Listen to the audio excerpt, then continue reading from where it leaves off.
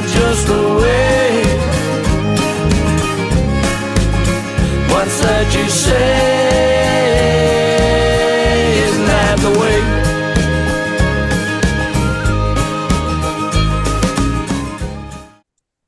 Hello and welcome to the Heatbangers podcast. I'm Matty and I'm joined tonight by Gordon and Neil. Gordon, how you doing? Very well, thanks. Today has been a good day. Can I say, if you asked me about 2 days ago, probably would be a different answer, but such is life. Such is life. Thank you for asking. What's made today good? I'm off work, which is already a plus, and then we had a wee shopping trip through to Livingston with the missus to get the last of the Christmas presents, and went for something to eat. Just spent some time together, and it was quite chilled. And then came home, and I just chilled out. Now I'm here, so very good. Aye, the last part of the day just to bring it down. This is a highlight. The highlight, of course it is. Of course it is. Neil, how about you? How you doing? I'm all right, actually. I'm good. I never had an exciting day as Gordon, going to like Livingston and stuff like that, or going for a meal. I think I had like a baked potato for lunch, which was probably the highlight of my day. And I'm actually all right. Aye, doing away. What about you, mate? How are you getting on? All right, I had a busy day of the day, considering like I wasn't doing much work-wise.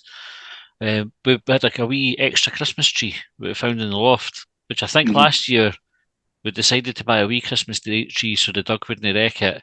And then when I brought it home, the girl was like, I need to get a proper sized one. So rather than take it back, which probably would have been the sensible thing to do, I think I just chucked it in the loft. And then when I was bringing down the decorations, I was like, oh, we got an extra Christmas tree from. So we cleared the wee space in the room. So we've got one in the bedroom now. And then I got a new phone today as well, which I should have got last week, and that was disappointing when I never got it. So that arrived today.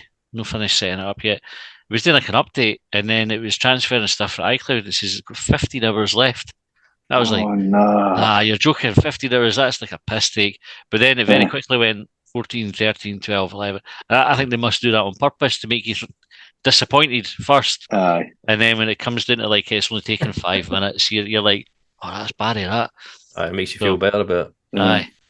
So after this, I'm going to go and see what's what with it. I think I'm getting on a bit because I've sort of lost interest. I was due an upgrade, and usually I'd be like, I'm one of those folks that used to be all over it, like counting down till I can get it, best deal. No cost anything, but my contract expired, I think, in the summer, and they're like, you can get a new phone, or you can just extend, or you can just like keep the phone you've got. And you just like save money online, and I was like, I'm not that bored, but that's that thing. It does put me off a bit where it's like iPhones. It's like you've got to get them all like set up, and there's always something that goes wrong and stuff like that. It's like, no, how is it not working? And even like it's not set up properly the way I want it to be and stuff. It's like, no, I don't know. But the last 5 versions of the iPhone have been exactly the same anyway. There's not that much difference between them. I know, nah, there's no actually not.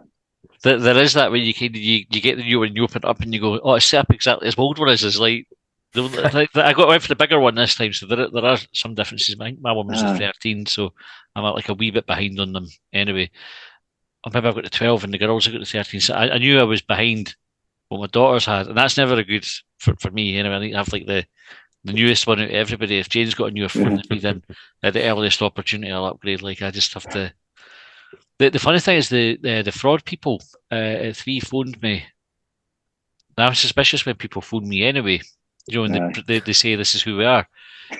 Like it kind of caught a catch-22 here. The guys like it was 3 fraud team, and I'm like, right. He's like, I was speaking to, have you upgraded your phone? And I'm going, I don't know if I should trust this boy, but I'm like, how would you kind of upgraded? And then he sent through kind of like, I'm going to send you a text with like a code in it to read back, and it came through for free. So I sort of trusted him after that point. But imagine if you opened it and it was like the porn noise, eh? You're sitting on the bus, and it's like, wow. I won't mind up, eh? I won't get a job for free now. I hate that, by the way, the porn noise one. My wife got done with it the other day, and I came out, she looked at something on Twitter, and I was like, obviously I came what it was. I was like, what are you doing? Made a big fuss out of it, but it annoys me, like, because you didn't care, like, you can be quite innocently looking at something and you go, oh, I watched that, and obviously the folk have no awareness of who you're sitting around. Exactly. It's like Ken, there was the road guy at Easter Road got caught looking at Aye. on his phone. It went viral, didn't it? Aye, and Aye. it went viral. Can you imagine if the poor bugger had just opened something like as innocent? Like obviously there was one in our Heatbangers group the other day that somebody had posted, and you clicked on it. There wasn't an image that you would want to ever see again. Yeah. I think I missed that, thankfully. You're lucky. Send it to you. With some Yes. porn noise. You imagine, because nobody would believe you, would they? You know, I know. if you were to explain how you've been caught and gone viral for looking at porn on your phone at the football, and you said it was just an innocent link, honestly, nobody's buying that, are they? Nobody. Mandy handed me his phone to set up his new iPhone, and that was it. I was trying to get done from there. All this I done. I think you've just got to lean into it. You've just got, I did. Aye. Why not? But Aye. didn't act like you didn't look at it. Just kind of just lean into that. Just totally fucking normal. What's it? Lemmy says, don't back down, double down. Aye. That's what you need to do in that situation, because there's no getting out of it. Like the guy with in the Parliament with the tractors. Oh, aye. What? That had to be the worst excuse ever. Fucking unbelievable. What was that? I think I missed that. So he was. I can't remember the politician, but he got done or he got caught looking at porn in Parliament, right? So he should be working. But his excuse, Gordon, what was it? He was researching tractors or something. He was researching tractors, but I can't remember how that became like any sort of link to how he got to porn. Like, I don't know if it was like something about like the tractor site had a similar sort of name to a porn site or a dickhead, but it made no sense. It was the most ridiculous excuse ever. I think he said he tried to look up Big Red Tractor and accidentally wrote Big Titted Blowjobs or something like that. And as you do. It's an easy mistake to make, I'm sure. I don't know if he ever got the tractor that he was looking for. He's probably looking at tractor porn. It must exist. Bound to it. Anyway, this just went way off on a tangent. Yeah, that's not really what we were expecting to talk about. Right, Christmas coming up. How are you feeling for Christmas? Excited, nervous, other? All of the above, I think. I love Christmas. I think it's my favourite time of the year. But this year I've found it extremely stressful. But no particular Christmas as such. So I don't know, like, so I had this kind of, it wasn't an argument, but I made a statement to my wife, and she was like, so far this Christmas hasn't been great. I'm like, it's the 5th of fucking December. Aye. It's like, Christmas, I said, you do count Christmas as one day, right? And she was like, no, it's the whole of December. I was like, but it's like the 5th, or it was like yesterday, so it was like the 4th. And like, I kind of get it, like, because she's massive into it, like absolutely massive into it. And like I say, I love Christmas. And it's that whole, it's hard not to lose sight of the reason, right, for it. And I think a lot of folk have, in terms of spending time. Well, maybe not go that far, but like spending time with family and loved ones and all the rest of it, right? That's to me, that's the point of it. And I think that is the original point of it, right? Is to give to others, to your loved ones, and be with them and all that kind of stuff, and be festive and merry and all that box. But everything else that comes with it it's quite stressful, right? Like you just saying, Mike, like all the Christmas decorations and going up the loft and getting it all down and getting it done and making it look nice. And the missus, she's got different sets of decorations so this year she wanted to do this colour scheme and incorporate a Disney theme into it, because we've been to Disney the last 2 years and all this shit. And I'm like, brilliant, but this is adding a lot of stress to the whole thing. And then work-wise, it's coming to the end of the year, because Christmas is obviously at the end of the year. You're leading up to that. You're trying to get all this stuff done, and everybody's trying to get everything done at work before the end of the year for some fucking reason. Christ knows why, because we're only off for like a week and a half, 2 weeks. But everybody seems to lose their mind, so you're stressed about that, and then you're worried about when you've got kids. Have you got all the presents you need to get for them? Have we got them too much? Are we spoiling them? Is it equal? We've got 3 kids. Like, is it equal? I don't know. Like, we've got 2 that are working themselves, so it's like, well, we're not going to get them much, but we need to get them something. And then it's just all this, and it just like snowballs and snowballs and snowballs. So at the last, and then money is the other thing as well around it. Like, I was so very fortunate that we can buy presents and stuff. And I was watching this thing. I was at my mum and dad's, and she's always got some shit on the telly, but it was the one show that was on. And they went to this place in Leeds, and it was like a community centre and some local business had set sign up to people to like donate presents, kind of like the Cash for Kids thing, like 4th One Day and all that. Mm-hmm. And they were saying they reckon like on average between every like big city in the UK, there's going to be about on average 2,000 kids per big city that are not going to get Christmas presents this Christmas. Mhm. Fucking hell. And you're like, how fucking bad is the state of this fucking country? I know. And Britain, but that is fucking acceptable. We're one of the richest countries in the world, and Yeah. this is where we are. And we're having to donate shitloads of presents for people, so that kids can open up a present on Christmas and didn't feel like they're left out. No. And you try to put it into that sort of perspective, like, they're lucky that they can get what they're getting, like my kids, and that's you kind of like that. But then you still just feel like, oh, I should be getting them more, and it's like a representation of how much you love them, which is just bonkers, right? Like it shouldn't be like that. I don't know why it is like that, and I think it's a lot. It's like Americanized commercialization, right? Like I think we all know that, but yeah, I've rabbited on a bit there, but I'm excited for it. I'm apprehensive about it. I'm anxious about it. I'm stressed about it, but I can't wait for it. So I think it's just like a roller coaster of emotions. And like I said to you right at the start, like you asked me like yesterday, the day before, I was fucking like just fed up. I'm so fucking busy. The day I've had a great day and I feel great, but I think it's just all the things just spinning through my head is kind of where I'm. So that's my take on Christmas so far. But I don't know what you guys are feeling about it. I'm not really that. I'm not really like overly fussed. It's more definitely more for the kids. So catch up with like the kids on Christmas morning and stuff like that. And then help at the community foundation at Easter Road for like the Christmas meals and the stuff that they're doing there. It's just a sort of weird time, I think. For me, when I was younger, I was probably like preferred Christmas, going out Christmas to New Year, I think. Initially, like there's the thing where you're young, you go New Year's Eve and stuff like that, but that was a joke. But Christmas was quite a good laugh.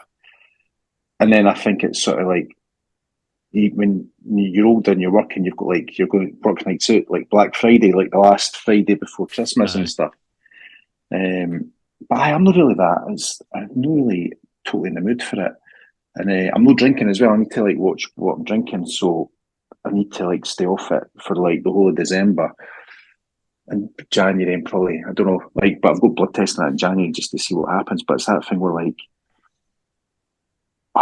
you don't know how much you can bear, because I think in the best intention in the world, like say Christmas nights out brings out people that don't usually drink and or cannot handle their drink. Do you know what I mean?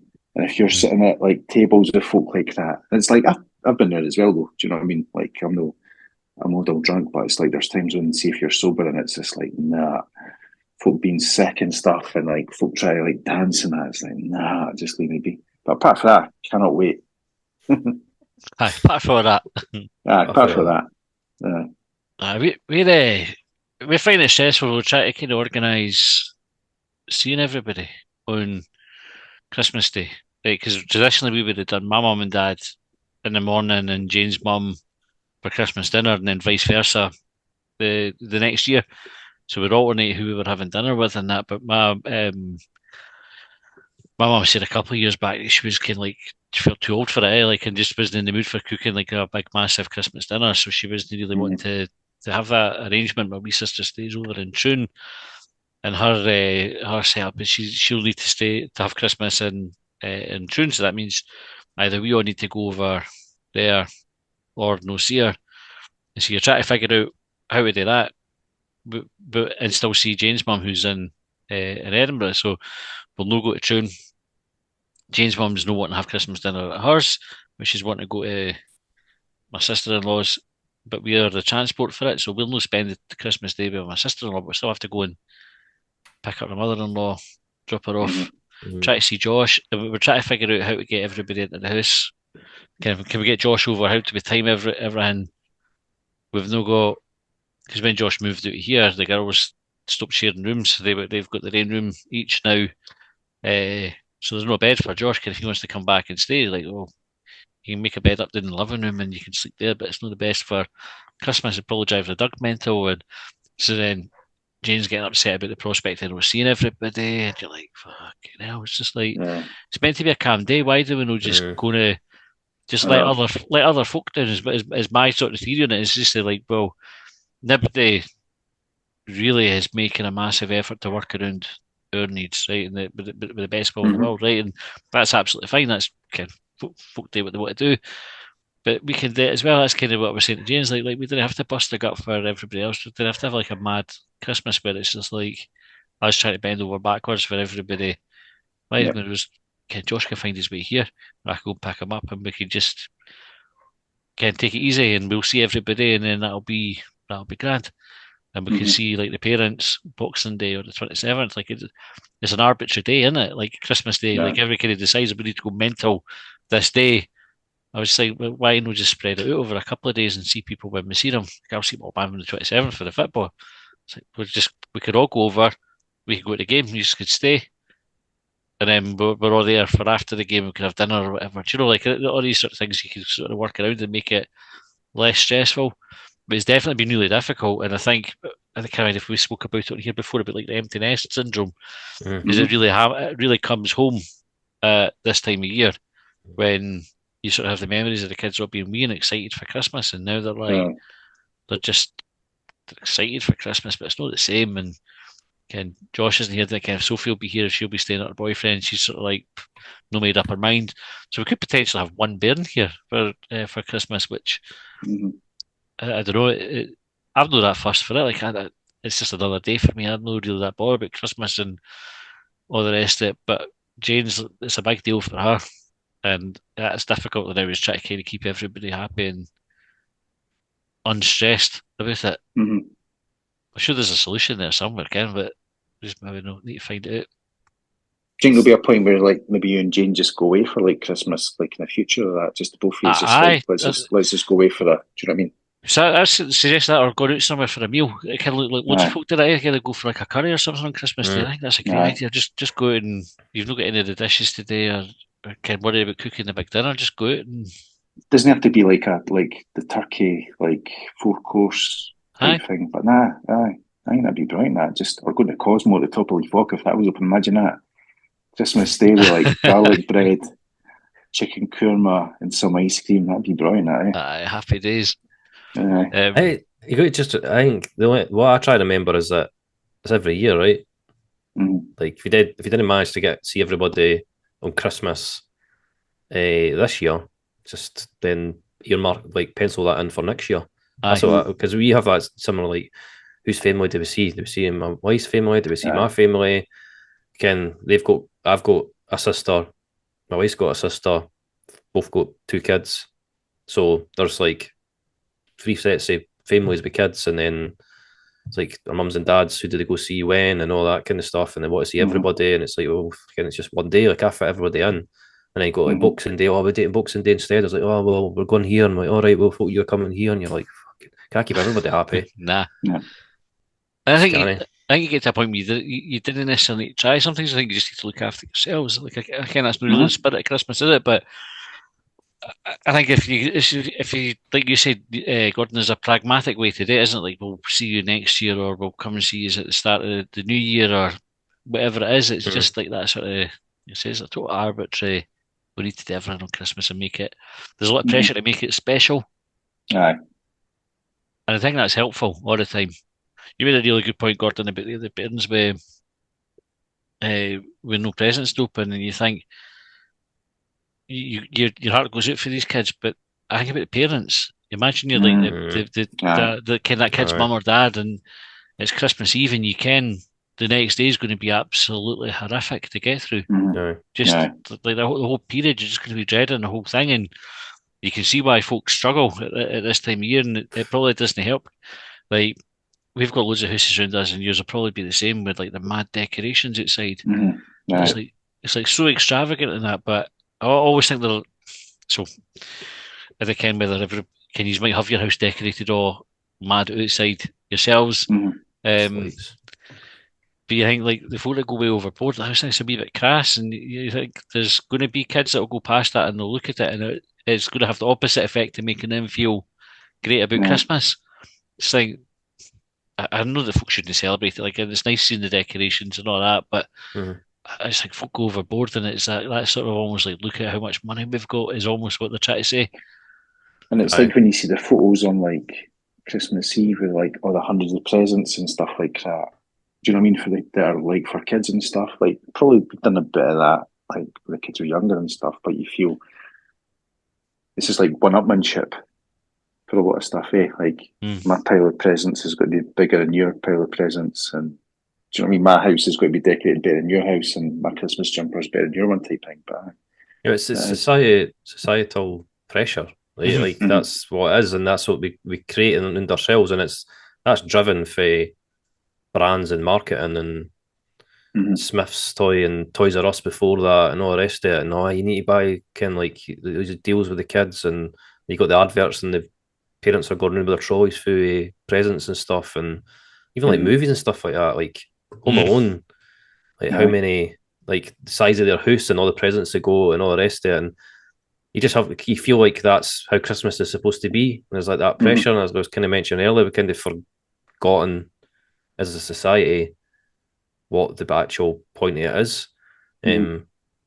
Like, yeah, I don't know what the answer is, because the problem is you never got to get away from that now. It's No. you were saying, Matt, like the kids that aren't got to get much, and how the parents feel like what they meant to do, because they go to school and they see their mates with a Nintendo Switch, or they got the new Air Jordans or whatever, and like their kids are just going to ask for that because that's what other pals are getting. Aye. They don't want to feel like we've all been there. Everybody like Rockports, or like there was always something Doc Martens. There was always something that somebody was always getting at school at some point, and everybody else had to have it. And if you didn't have it, then you were a scarf, or you were getting this, that, and the next thing. And it's quite shit, right? Like you as you get older, you realise that that matters. But when you're a kid, that's just all that matters. You want to fit in, you want to be accepted, and I think Christmas is like all that throughout the year, but then on steroids at the end of the year.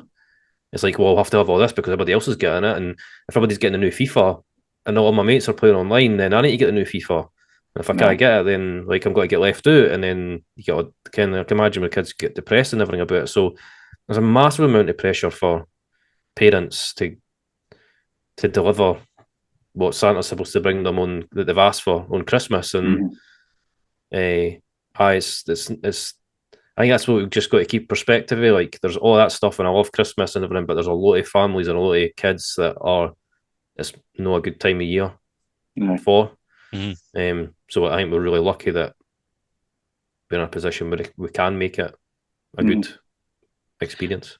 Aye, and I suppose it's no a bad thing to make Christmas nice for your own kids as No, well. of course Like that's no not. that's no what I was just kind of conscious that might come across that way. Like, obviously, if you've got the means and you can do it, you want to make Christmas good for you for your kids. It's just I don't know. It's the pressure, really, that external pressure on folk, and even thinking about it, like you play it out if you're the kid and you've not got a present, you think, I wonder if I've been bad all year. If you're still believing in Santa, you're like, why have I not got presents? And it will not register with you. It's because like your fucking parents are struggling to put dinner on the table every night. It's you didn't make the connection between we've not got a lot of money like all year round, we're not all of a sudden going to have enough to buy a PlayStation at Christmas. You would, if you were still young enough to believe in Santa, you'd be sitting going, what did I do so wrong? I've not got a present. It must be heartbreaking for the parents as well. And definitely, I really feel for folk in that situation. And I suppose that's where it's good when you've got the places that they like, sort of where you can donate presents and the communities can come together and make sure folk have got stuff to open. Well, no, mere positive tangent. What was your one this is going against everything I just fucking mentioned, but what was it, the one present you got that like made you feel well, this might not actually be against anything, because depending on what your answer is, the one present that you got that that you can remember that just made you like happy and you've got fond memories of it. Because I think that, again, that's a good part of getting presents and that, right? And it's that you have that sort of fond memory, and like it lasts with you for like all your life. I remember when I got that and how happy I was, and the reasoning behind it was maybe something that wasn't superficial, right? I remember can't remember how old I was, but it was, and definitely we were like working class, like, so it was very much like I was aware of, like, we never had a lot of money growing up. Do you know what I mean? And like extremely like proud of the upbringing that I got because of that. Like we were never like wealthy and stuff, so I never asked for anything. Like you just aware. Do you know what I mean? For Brits, when it was like the best of gear and stuff like that, I just like used to like kick about in like Adidas 4 Stripes and stuff like that. But I remember when I was younger, I'd never asked for anything, and it was Star Wars. Like, what's that? The AT-AT, the big like Empire Strikes Back. Aye. And never asked for it. But it was a year it came out, and I just like got all my presents and stuff like that, got everything, and I was like delighted. Again, just delighted because it's all like wee sister and stuff, so more through her eyes as well. And at the house we were in at the time, we had like a cupboard in the living room, as you always used to sort of having like just random like cupboards and stuff. And then we were just like, "You happy with everything?" I was like, "I honestly couldn't have been like more chuffed." And then Mum and Dad opened up the door and had the AT-AT.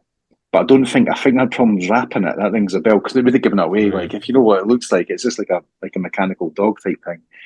And I just remember standing around and I almost swore, but I must have been like really young at the time, like 7 or that. I was like, and I just couldn't believe it. I was just delayed because I never expected it. I wanted it, but I never told them I wanted it. Do you know what I mean? But they must have just known, like, it's that thing. It's like the appreciation. I always remember that, and I wish I'd kept it because it'd be worth an absolute fortune now. Aye. I was like a What are you, toy Matt? that bike. I mean, like two.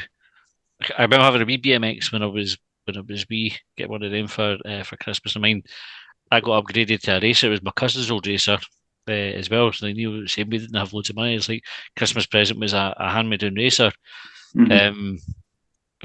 My big cousin had outgrown. I loved that. Like I got it. It was brilliant. And we used to kind of go everywhere on the bike, and then got a mountain bike when I was kind of early teens, and that was Barry as well. Like those are probably the best. And then when I got old, the Xbox upgrades always come out around about Christmas time. So whenever I've had a new Xbox, that's always been like a good. I always roll it if there's an upgrade cover on Xbox. My birthday's November, so I always just like this. Didn't bother get me anything for my birthday. I'll just roll these things up, and I'll treat myself to a new Xbox. So that as well. My Biden Christmas present memories was always wanting a keyboard, like a QWERTY one, but like music keyboard. I used to like go on about it all the time. And then one year, my mum and dad got it for my wee sister. What thing to do, Just a little bit in. Aye, and I never ever got one, and she Well, never that- used it, like obviously, Nah. but that But you still wouldn't know how to use it, I bet you. nah, it was hers. So one of the things you remember, I mean, just like I remember thinking, like, why would you do that?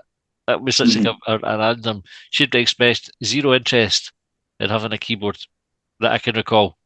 Zero interest, and she got one for Christmas. I could have been like, John, the next Elton John. Yeah, aye.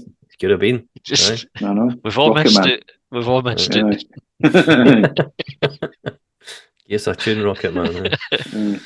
What about you, Gordon? What was your abiding memories of that? Well, the one present that always stuck out for me was it was just like you stole my thunder, Matt, but bike. It was BMX, and it was because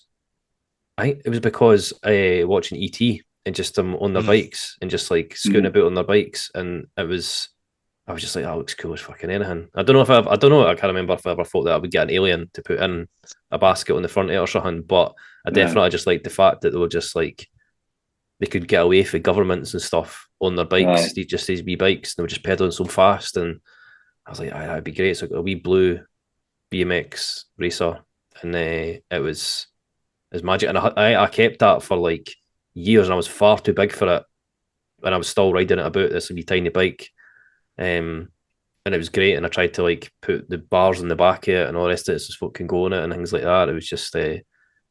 I just remember, like, I've got a pretty shit long-term memory, but I distinctly remember walking into the house that we were in with my mum and dad and going into the living room and it being behind the couch, and they had wrapped it up like a bow and everything on it, and then just kind of like wheeling it out or lifting it out and then taking the stuff on. I knew instantly it was a bike, obviously. I didn't why they bothered fucking wrapping it up. But it just stuck with me. It's still that memory still sticks with me. It was just magic. I genuinely can't remember much at any other presents I got. I think I got some like Ghostbusters stuff at some point that I was obsessed with when I was younger.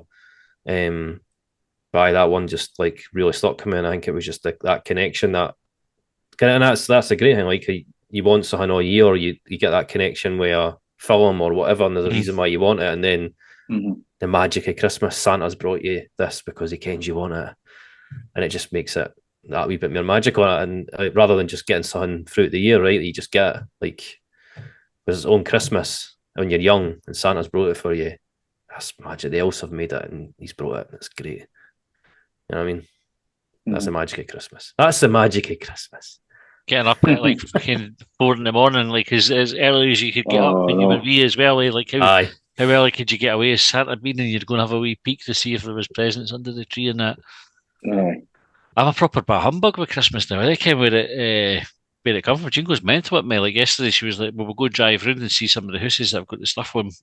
She wanted to get the house. I was like, if you want, like. And then I find myself there. I'm like, Mona should tell his office, like, stop being a fucking Grinch, or somebody should call me a Grinch. Because I'm like, look at this bloody ridiculous with their fucking house like this, and look at them, oh, for Christ. How much is that costing on the electricity? I bet you rolled that on it. And I'm like, what a miserable bugger, like.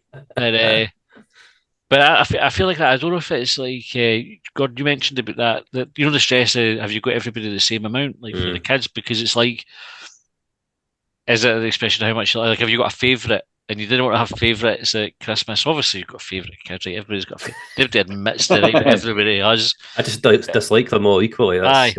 It shifts. Like, that's always what I say to them. It's like, you know, one day you might be, tomorrow you might not be. Right? That's just because they might be better behaved than you. They're nicer thing. That's how it works.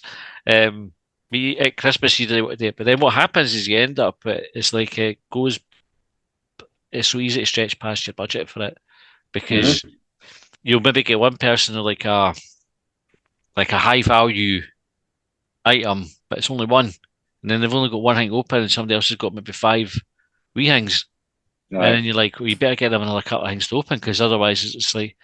But as I'm like, no, the kids are old enough now to understand if they want to pay the trainers at £100, they're not getting anything else. Like they've got Taylor Swift tickets. I was like, that's part of your Christmas.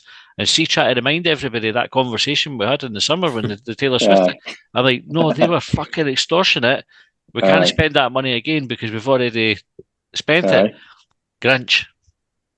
The Grinch for bringing it up. And I'm like, but that's just sensible. Like, why are we going? That's sensible.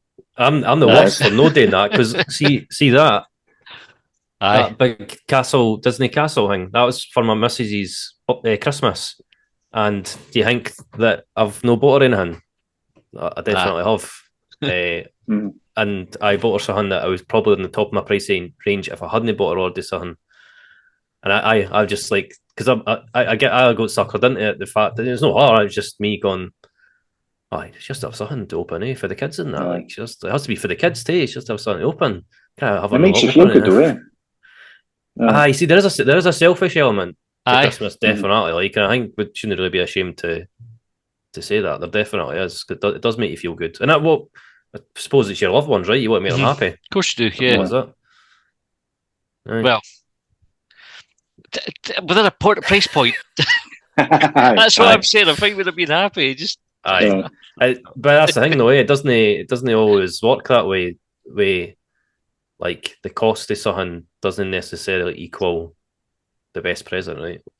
Totally. So that's why this year my kids are just getting a hug for me, because it's the best thing, and nothing else. I'm not sure they'll be happy about it, but one day they'll probably understand. Hugging a bag of crisps. Bags of crisps are amazing. So. Bag of crisps. There you go. What's your favourite flavour? There you go. Anyway, right. I think we're close to out of time. And are you all set? That's another thing with Christmas Eve. You have to have the same conversation with everybody you meet now. Like between now and actual Christmas, you're just asking people, "Are you all set?" that You're yours? set, you're ready. Aye. Aye, what does that even mean? I know. No. Are you both set for it? Nah.